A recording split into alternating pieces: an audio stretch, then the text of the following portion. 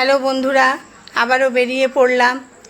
সদরঘাটে যাচ্ছি, এবার বর্ধমান সদরঘাট দামোদর নদীর পাড়ে। সবাইকে শুভ সকাল। আজকে 4 চাকা নিয়ে যাচ্ছি আমার বাড়ি থেকে একটু দূরে। আপনারা কেমন আছেন? সবাই খুব ভালো থাকবেন। নতুন দিনের সূচনা। কিন্তু এত গরম কি বলবো, 5:45 সময় 6টা বাজছে, অথচ এত রোদ, এত গরম। দেখুন কি সুন্দর সূর্যের আলোটা নদীর মধ্যে পড়েছে, দামোদর নদীর মধ্যে চিকচিক করছে, দারুণ লাগছে দেখতে, অসম্ভব সুন্দর। কিন্তু একটু যেদিকে মেলা বসে সেদিক দিয়ে ঢুকতে পারলাম না। আমাকে ব্রিজের উপরে সিঁড়ি আছে, সেখান দিয়ে নেমে আবার একটু নেমে অনেকটাই পথ করে যেতে হয়েছে নদীর কাছে।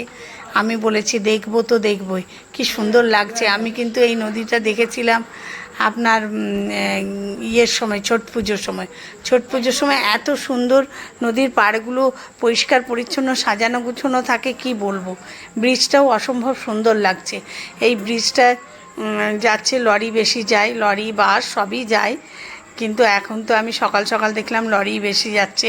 একটা নদীর ধারে একটা মাঠ আছে, সেখানে দেখছি ছেলেপুলেরা ক্রিকেট খেলছে, বয়স্করা হাঁটছে, সবুজ, এত সবুজ চারিদিকে, কি বলবো।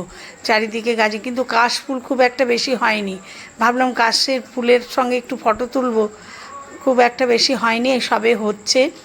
আর এদিকে দেখুন ব্রিজটার উপরে একদিকে রয়েছে বাউল, একদিকে কৃষি স্ট্যাচু করা আছে। আমি তো ফটো তুলতেই পারছি না, এত রোদ। নাতি বলছে তুমি তাকাতেই পারছো না, তো কি ফটো তুলবো। সব সময় গাছের তলায় চলে যাচ্ছি দৌড়ে। গাড়ি থেকে তো নামতেই ইচ্ছা করছে না। গাড়িতে বসে বসেই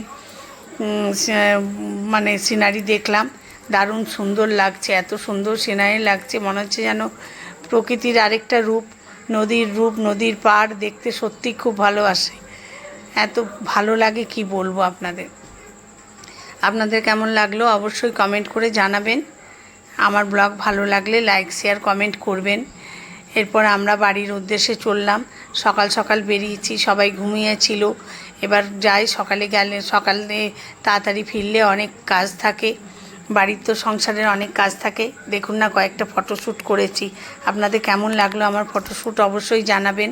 নাতনি আবার ভ্যাকসিন নিতে যাবে, সেই জন্য নাতনিকে রেডি করা হয়েছে। ওরা মা, নাতনির আমার বড় মেয়ে, ছোটো মেয়ে, দুজনে মিলে ওকে নিয়ে যাবে, পেনলেস ভ্যাকসিন দেবে। এদিকে আমার রান্নাবান্নাও ছিল, ওরা বেরিয়ে গেছে ভ্যাকসিন দিতে। আমি এদিকে রান্নাঘরে ঢুকলাম।